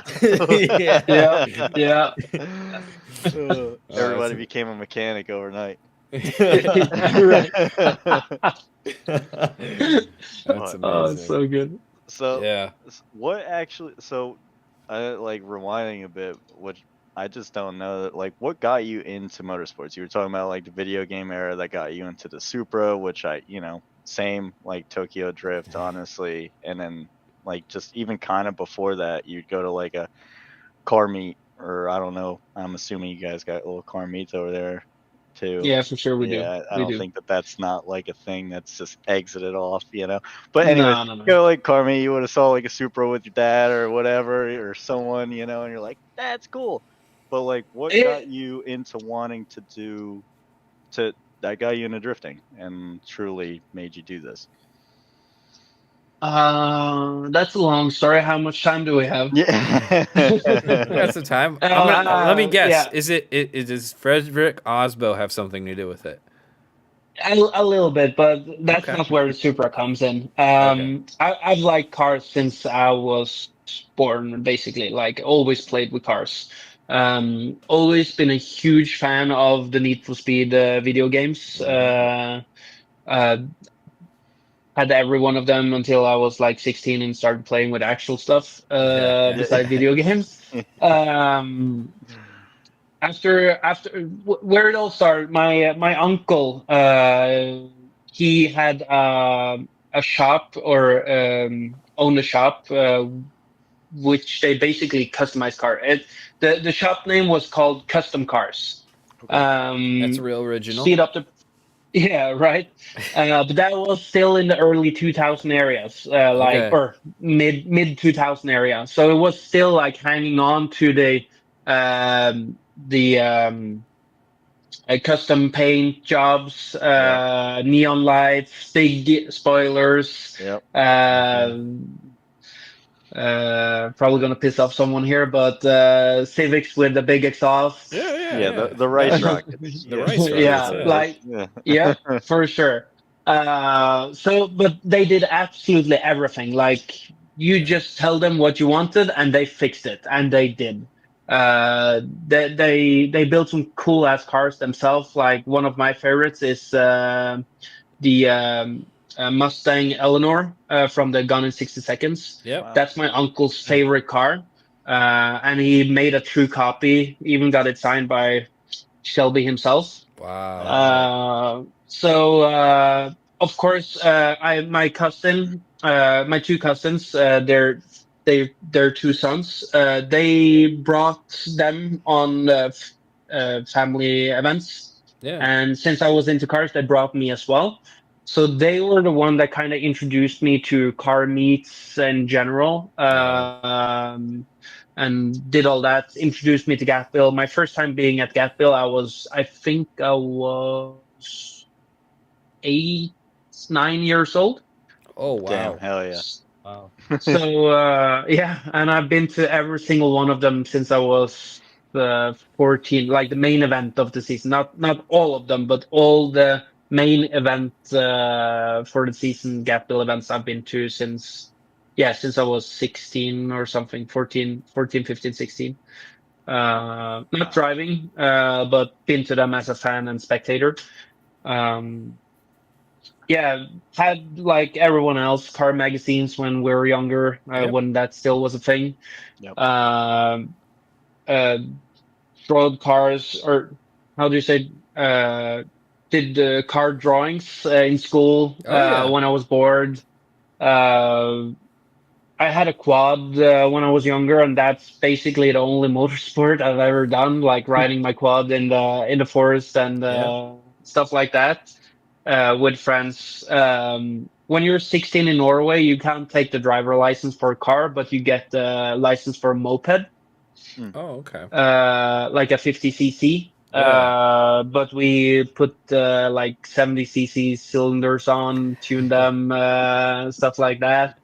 But it was always cars, like for Right. me, and it was also always drifting. Like I've never been interested in proper racing, like Yeah. either like Like. it's fun driving go-karts, for example, go with the boys and have some good time, but it's always been drifting that has drawn my attention. Like, Hmm. yeah, do I need to say more than that? Like No, drifting is the it's coolest thing ever. no, it's true though. like you mentioned before at the FIA thing, where it just like Yeah. it's the same thing at grid lights too, where they have these. You got like the Tesla cars that go, the grid legends or circuit legend cars that go up, Yeah. and there's like you see a couple spectators that like watch or whatever, and then all of a sudden the drift cars fire up and everybody just flocks to go watch, Mm, and yep. it's like a common denominator here. It's like everybody Yeah, thinks this shit is cool. for sure. No, so, like besides all like when you're a kid, like cars are cool and everything, but car cars was basically everything I cared about. Like I played soccer. I skated for a while.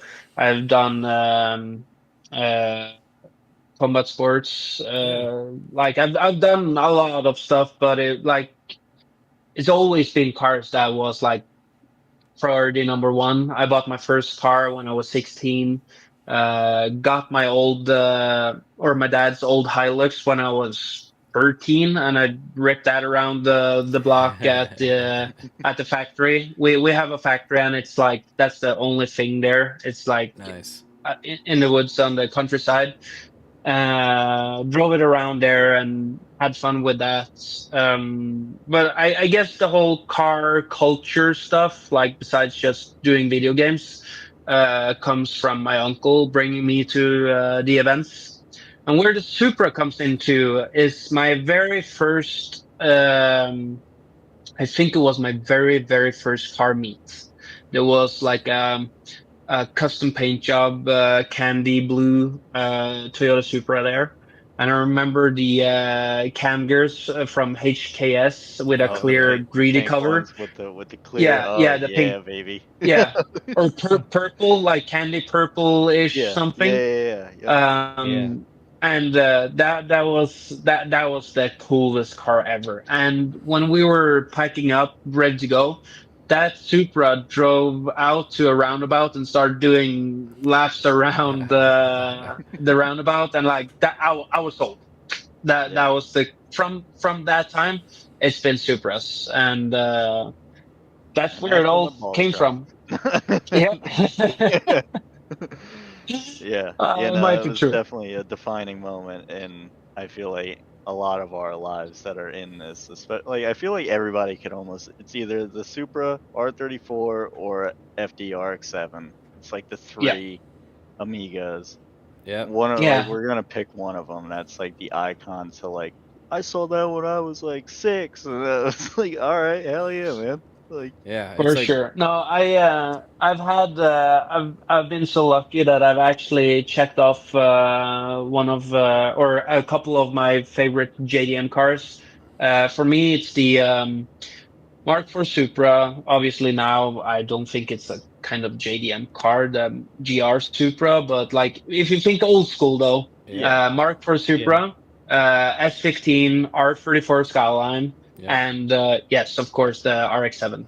But my very first drift car was actually R34 Skyline, a Oh four wow. door, of course, but Very Like cool though.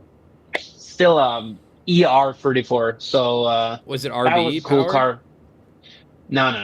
I'm old 2J. I need It was a torque 2J in actually. it actually. Yeah, sorry, I like my torque. Yeah, yeah. No, Yeah. that was my first car. I bought it when I was 19, and that's when I started doing this. Right. Never done any motorsport background, never competed in motorsport besides drifting. Um, so So, I don't come from besides my uncle liked cars and had a shop and did all that, but he was never into racing stuff. He was Mhm. just about building cars and Yeah. made it a living out of it.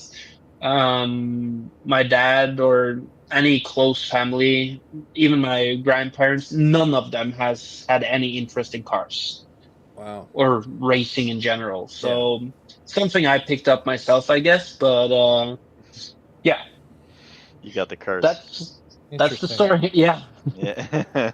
What's like common? What are the common vehicles up in Norway? What do you guys get up there? Teslas.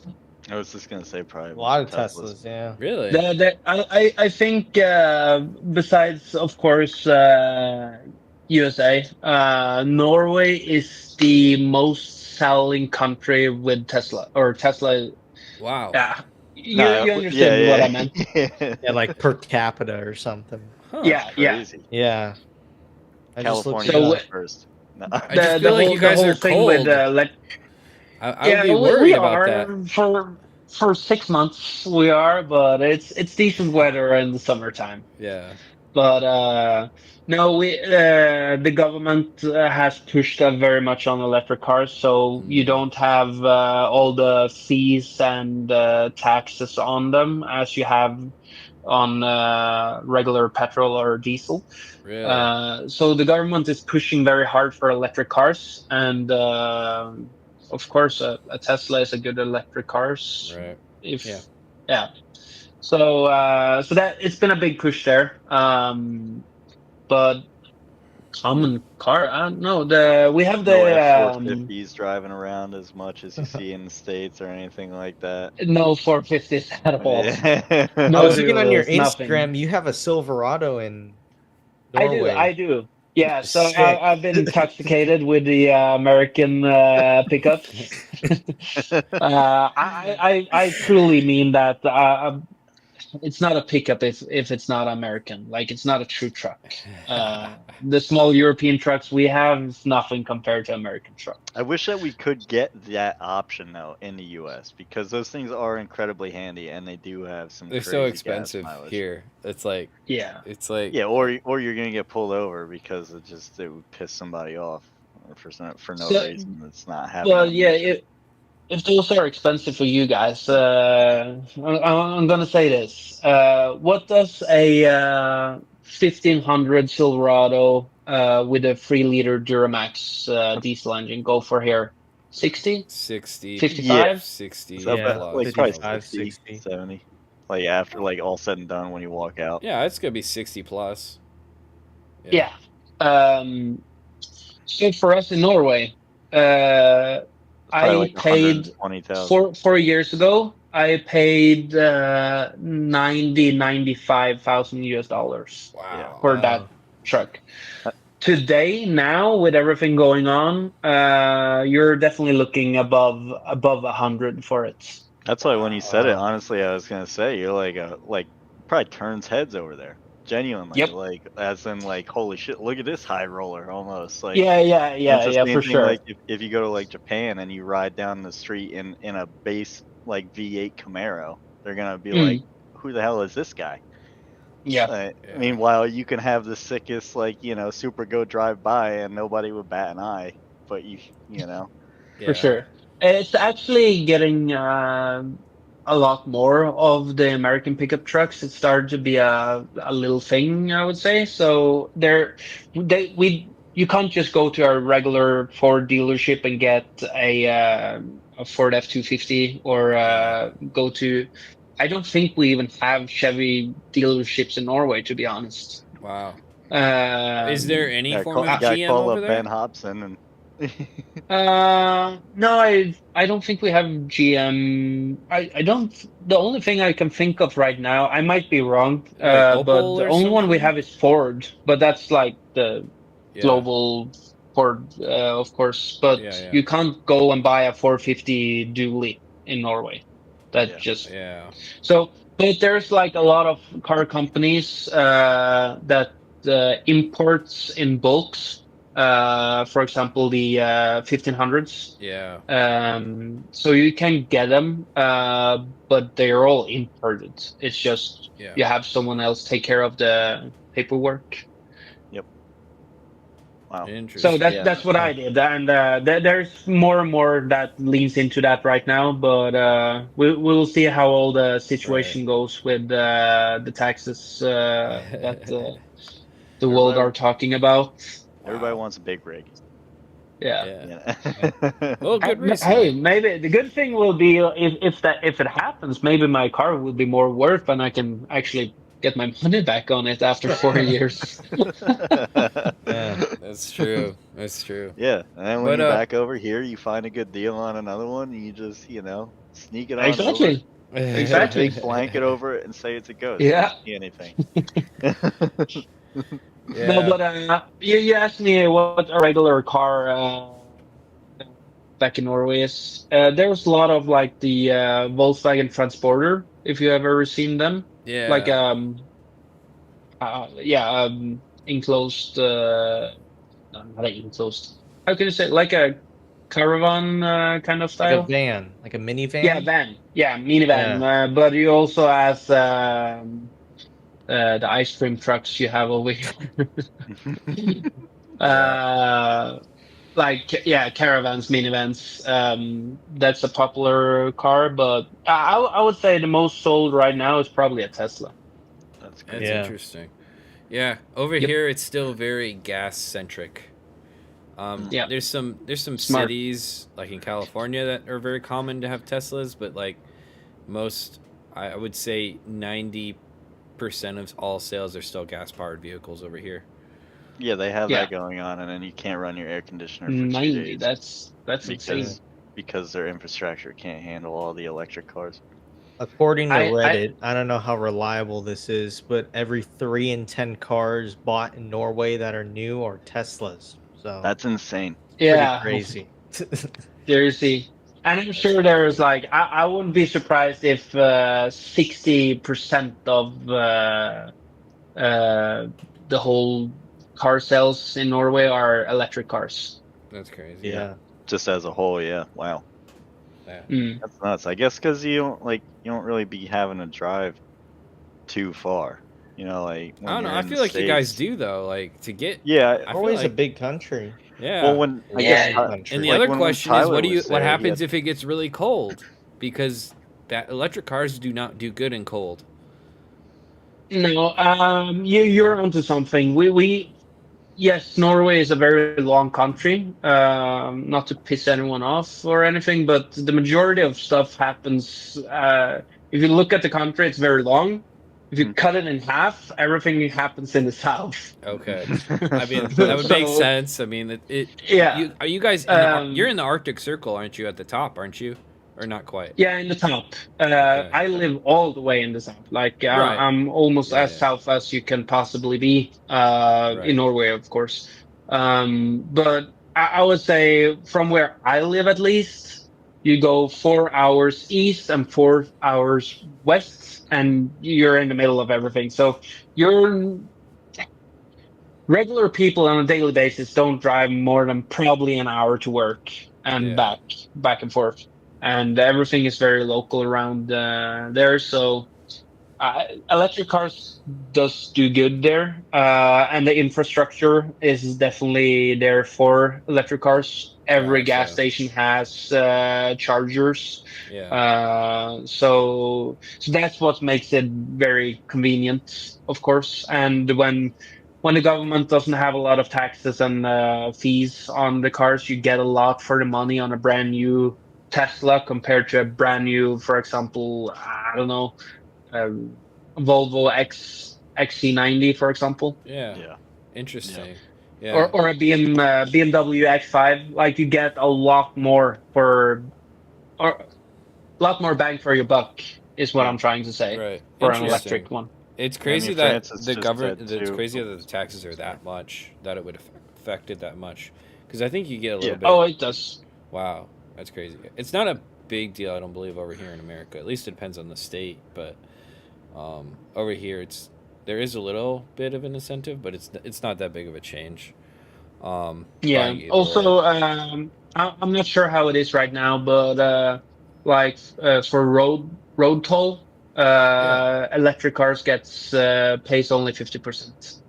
What? Yo. That's crazy. Wow. So the whole government is pushing very hard to electrify the car park. Yeah. Hmm. Interesting. Well, it doesn't work for This. everyone, but it's all good. Uh, Yeah. No, for sure, it does not. yeah. But Need a little rumble under my booty. I don't care if it's just my little piece of shit 4-cylinder in my Jeep Compass, but yeah, Jeep Compass. that's a yeah, classic dude. At right least I there. have a driver's license.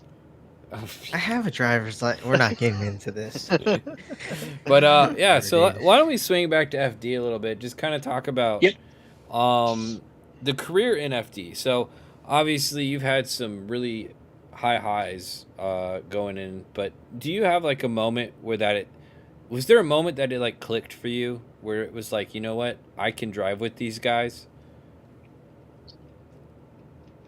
That's a good question. I don't know. I would say I always knew that I was the underdog, and I kind of see myself still as the underdog. Yeah. But that could be the reason that I've been growing up watching half of the field, and now I'm a part of it, which is just like a pinch yourself moment right there. But it might be when I did my first podium in New Jersey or sorry, in 23. 2023. But also I did fourth place in Utah, but it was like something special going on the box for sure. Yeah. And being in the final, and I felt that it was a good fought battle, and one more time with Adam, and it was just I think that was like the moment where I understood like we can do more than just be a fill to the game, if you know what I mean. Oh Yeah. yeah, yeah. Yeah, Yeah, you're a Yeah. force to be reckoned with. yeah, exactly. So I would say 23 New Jersey was like that moment where I actually understood that we can do some serious damage here. Right. That was a crazy event, though. It was It you, was so good. LZ, and who else is on the box with you? Matt Field. Matt Field. Okay. Yeah. Yeah, that I feel like the New Jersey track really brings out just like you never know who's gonna end up on the box there. Yeah. It was I think that was also because that it wasn't an easy bracket for me. I had Odie in top eight, Yep. and then I had Matt Field in top four, Wow. and then I had Adam in the final. So on the way up, like two of the guys I've been looking up to, Yeah. Matt and Odie, Mm-hmm. like with two people that I look as a championship contender, for Mm-hmm. sure, who 100%. whatever track they show up to, and to have to beat them both at the same event, that was something that was like super crazy to me that I accomplished that. I think that was super sick. And that we ended up on a podium on the box as well. Like I would say that was definitely like the moment of um, yeah, where I realized that we're not just a part of it. We, like I said, we can do some damage here. Yeah. Nice. Phil Yeah. asks in the chat, what's the most surprising things you have encountered when joining FD? Uh, how hard it is to get a good tire deal? I Oh man. I'm gonna be straight honest. When I was gonna go into FD, I thought it was like, of course you get a tire deal. Yeah. But when I understood that just to have like how hard it is to go and buy tires from some of these people, that's a problem. Like literally I could posted a never clip today. imagine that. Yeah, I posted a clip from our chat with Rudy Yeah. today on the YouTube channel, and they still cannot buy tires for this year. Yeah. Like Hmm. that was like I understood that like you don't show up and get tires for free, but that You can't even I thought buy I them. could pick Like and it's choose like Nido. No, it's no, wild. yeah, yeah, like that. I thought you could handpick between like Nido, Falcon, Nexon, Right. GT. I don't remember all the guys that was there at the time. Federal. I thought you just could say, I want that tire and I'm gonna pay what it's gonna cost. Like it's Yeah. a set price, but Right. I was wrong. Oh boy, how wrong I was. That's how I used to think too. Like when I went to my Yeah, first just as a spectator, and I was like, oh, I mean, you see all the stickers on the side of the cars, and you're like, they gotta be getting tires for free. Like yeah, surely they're not burning these babies up and just paying out of pocket, right? Nope. Like yeah, looking around, I'm like, look at all of us here. Like we surely paid for that, right? No. yep. No. No, no, I definitely had a little bit of the mentality like when you get to FD, you have done it. Right. But for me, it was like get to FD, okay, now it starts. Yeah. Now the Yeah. real hustle starts. So, but yeah, Uh, but I would say to answer the question in the chat, tire deals, that's one of the biggest things there. 100%. Interesting. Wow. Who's left the most marks on your cars when you've driven, or Um, who's done the most damage to your car? yeah, I'm trying to think. I I've been very lucky. I've never taken a lot of damage actually, but if it comes to tire marks, I would say Jonathan Castro. Wow. And yeah, actually, and that was I don't remember if it was this year or last or sorry, 24, 23. Yeah. We were battling in St. Louis and he had some car issues or something happened to him in the lead run. So he was like On your I had door. the advantage. Yeah. And we flip around and I was gonna lead and I had a easy job. I don't remember if he zeroed out, spun, or had a mechanical issue, but Right. something. So I was in a I just had to basically make the lap. Right. And Jonathan is one of my absolute closest friends Right. on the grid. Yeah. Yeah. We're good buddies. Been on the ice. He's been tremendous help. Him and his whole team Yeah. from the get go. So we're good buddies, and I know him, so I knew that he was gonna try to force me to do a mistake. And he was like, wherever I did, he was like tapping my doors, like he was so on it. That's So cool. I think it's Castro for sure. That's interesting. Hmm. I mean, he has put on some iconic chase runs. I will say that. He Yeah. he that man knows how to handle a car for sure. That's He's another done one I deal. think There's really nothing more to turned it up. see. Yeah, I think Yeah, he's really turned it up. he's extremely good. And you said the iconic video from him at was it no, not Jersey, I mean Washington Mhm. with Seattle. Yeah. yeah, Wasn't it? Seattle. Was or what? Or no? Was it? Yeah, I can't remember. But it James, was against I James think. Dean that he Yeah. beat. Yep. Yeah. Yeah. That video speaks for itself when it comes to Castro. 100%. Let me get into some of the just comments here in the chat. John said, "Can't forget Simon won Rookie of the Year in the Supra." Good point. Were you Thank surprised you. about that, or was that like? Yeah. Yeah, I'm gonna be the first one to say I was the luckiest rookie that year for sure. We did some good results, but I definitely scored some points of people doing mistakes or had Yeah. some failures. I didn't have any mentality of trying to win the Rookie of the Year, or I didn't expect myself to win more than probably one battle the whole season. Like there were so many new things, new car. Uh, New situations, new way to be judged, be scored, all new tracks. It was so much that was new for us. So we were like, we're just going to show up, see where we stand, and take it from there. But Right. as everything went on, of course, by the two last events, we were like pushing for it for sure. Uh, and it was a good close fight between at least me, Hurst, and Brandon Sorensen. Yeah. I think it was us three that was like very tied on points to get the Rookie of the Year. Yeah. And I remember still to this day, and I kind of feel bad for this, but I was paired up with Dai Yoshihara Yeah.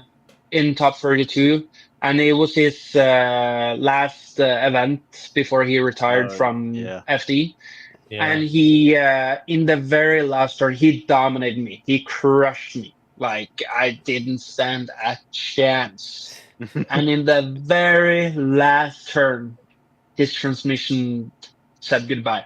His third gear. Wow. Yeah, I remember that now. Uh, so I won because he zeroed out, and that was what got me the Rookie of the Year. So deserved?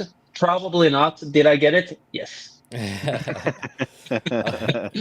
Nick Novak with the comment here can confirm being part of a bigger team gives you a bigger outlook and different perspective for if you do go back solo. So he kind of did the same thing, joined Jerry Gang Racing for a couple years, Yep. and now he's back to running his solo program. So, like and Did he it say can or can't? can confirm. Yeah. Yeah. So like basically everything you were saying, but basically he learned a lot from Jerry Yang, and now he's running back to running his own program, kind of like you're Yep. doing now, and he And he's doing good though. Mm-hmm. Exactly. Yep. Yeah. So, but Right. yeah, it's a good strategy. Like we all look up to the better people. Like Yeah. I'm sure there's a lot of people that looks up to James Dean. I myself still does. Right. But we also learn from them. And in this case, he joined Jerry Yang, which has tremendous experience in FD and been around for a long time. The same for me with Odie, been around, have a very good, solid program. Lots of stuff to learn from them. So, yeah, like 100%. for sure, you learn, and but also I'm sure Vaughn, that's been doing his own program the whole way, if I'm not mistaken. Oh yeah, I'm sure. So He made it him too, and there's lots of things to learn from him as well. So 100%. I just think that's how you do. You look up to who's winning, what are they doing good, and what are you doing wrong, and you learn and you adapt, and you hopefully do something good with it. 100%. All right. Well, I on think and off the track. Yeah, 100%. I think we made it to my favorite part of the show where I get asked my favorite question, and that is, Okay. do you have an Indy Luck story that you can legally tell us? Yes. And it's a good one. It's a very good one. It's my first meeting with Andy Luck. Oh gosh. Ooh. We've So heard some you great remember first meet. By the way, just for starters, Yeah. you have some competition for first meetings of Andy Luck. Okay, Dylan Hughes had a pretty good one. And a couple other guys have. So you got some competition here. Yeah, I'm not gonna say it's the best one. I Okay. haven't heard of others. I've heard rumors of many, but I'm not sure if I'm gonna top it off. But for me, it was hilarious. Okay. So you remember I said like I didn't even know what will call was, right? Yep. Yeah. So my first FD event, me and my boys, we showed up I think a day earlier than everyone else, Okay. just to be ready, prepared, like take all precautions that we could, make sure everything was as good as it could possibly be. And the day comes where will call opens. I think we almost was knocking on the door at the second it opened. That was how prepared we was for that first round, and things has escalated from there. But we were there with Cassidy and the girls, and doing our thing, filling out the blanks, get to know them, and they're super sweet ladies, all of them. Yep. Um, and a minivan shows up, rolls up, and I didn't know who Andy was, but Andy walks out of the car, walks over, talks to Cassidy and them, and then turns around. And when he's about to enter the car again to sit in and take off, he sees our team hoodies, and he sees the Simen Olsen logo, and he's like, to give you a backstory first, because here's the front, or Yeah. Yeah. it needs some context. Right. I came over during COVID, Yep. and for Europeans, we weren't allowed to basically enter US. We weren't allowed to travel, nothing. So we had a shit ton of paperwork to get through before we were allowed to get into USA during those times. Mm-hmm. And Andy was a huge part of that. But again, I only could refer to Andy Luck as a name on an email, as a signature. Yeah. I didn't have any face on anyone. I didn't know who Kevin looked like or what Kevin looked like, or no Right. one. It was all on emails and names. But Andy was basically the one that helped us through get all the paperwork done. And there's a long story where I was stranded with Matthias, my crew guy from Norway. Yeah. We're stranding at the airport in Germany for 52 hours. Holy Couldn't leave the fuck. airport, couldn't get on a flight to US, and it was just horrible. Wow. But Andy helped tremendously with getting the paperwork done, and it was a shit show to say at least. So when he's about to enter the car and drive off, he sees the hoodies and he's like, "Who is the manager of the team?" Kind of passive aggressive screams out like he normally does, Yeah. Yeah. and then he looks at all of us and we're like, "What the?" And we all point at Matthias, Oh and no. Matthias is like, "Huh? What?" And he turns around to Andy and he just goes, "Fuck you!" And he just slams the door, takes off, and we're like, "What the fuck happened now?" And Cassidy and all the girls just died laughing, and we didn't know his humor, but we thought we did something seriously wrong at that time. So that was our introduction with Andila.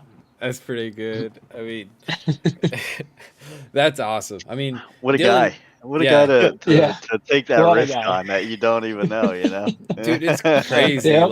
Like he doesn't care. It's so great, Nah, man. not at It's- all. He it's cares so- and doesn't. But You know? he does care. Yeah, He really does. He inside on the long inside he is just a big teddy bear, and he does look after all of us to a certain degree. But we have some fun on the way to get there for sure.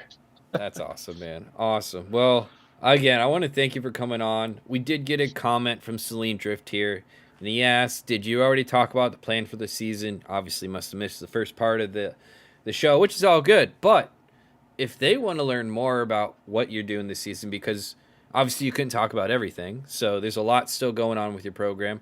Where is Little the under best wraps. place to check out what's going on with you and the program this year? Instagram, Mhm. social medias. The guys has been hustling extremely hard for months to Yep. get everything ready. So we are a little bit behind on posting and stuff. but hopefully the next few weeks we're gonna let you guys know absolutely everything we have. Testing is coming up, dynoing probably in within the next 2 days. Right. And we are gonna do whatever we can to show up to the Wisefab event. We have promised Wisefab to be there, so we got to make it happen. So the car is going to be driven at least the 15th of March. So that's Yeah. just a couple of days too. But yeah, to stay in touch or stay tuned. Instagram, Facebook. Cool. Yeah, the regular Awesome. social media. That's Awesome. Simen And that- Olsen Drift, right? Simen Olsen Yeah, Drift Team. Simen Olsen drifting. Yeah, Yeah, that's what it is. Awesome. Well, again, absolutely. thank you for coming on, sir. Herbie, Brandon, what do you guys got going on? Nothing. That's what I expect from you, Herbie. Brandon, you sell anything yet? Wow. Or are you still pretending to be a so- business? Okay, asshole. Not nice. We sell parts, all right? Jesus Christ. We got an event this weekend at a Porsche dealership, so I don't know. That I like sounds real Porsches, so that'll be cool. It's a lot I love cooler than Porsches. putting a splitter on. and Yeah, building a barbecue. Yeah, a lot cooler than fucking putting a splitter on and building a fucking grill. Or being locked down for 18 years at the bare minimum. Have fun, Nate. Fucking A. Yeah. Man. Laugh it all in. It's all good. But No, yeah, I'm gonna again, laugh it out. That's what I'm doing. I'm not laughing in. I'm laughing out. Sucker. yeah. Well, Hitting Sims and having fun. That's what I'm doing. So there you go. Hey, as long There as you go. someone at the Porsche place, actually is like, oh, that's cool, computer games. Maybe I could get that for my kid. Well, you know? see, he's got the right thing going. I feel like Being I've a gone little to bit- the wrong places. Like last time I went to a Mercedes dealership, and not most Mercedes people are just old as fuck and want an S class. Like Porsche, those guys they like cars, So. Yeah, they're in Yeah. the They're like, thick of hey, it. this Volkswagen Beetle looks really cool. It'd be cool. Hey, if they added a hey, couple. watch yourself now. It's St. Patrick's Day this weekend now, so got that Oh yeah, going is? I do forget on. Well, I about guess that. Monday. Yeah, It's on supposed to be Monday. going to a thing with my mom. I got that going for me. Yeah, at least you got something going, Herbie. I'm proud of you. Good job. Thanks, buddy. Awesome, I got- guys. I was gonna say I gotta get back to Chuck. He wants me at Hyperfest, so Yeah, that's awesome, man. Again, thank you for checking out the stream, guys. If you guys liked it, be sure to like and share and do all that kind of stuff. And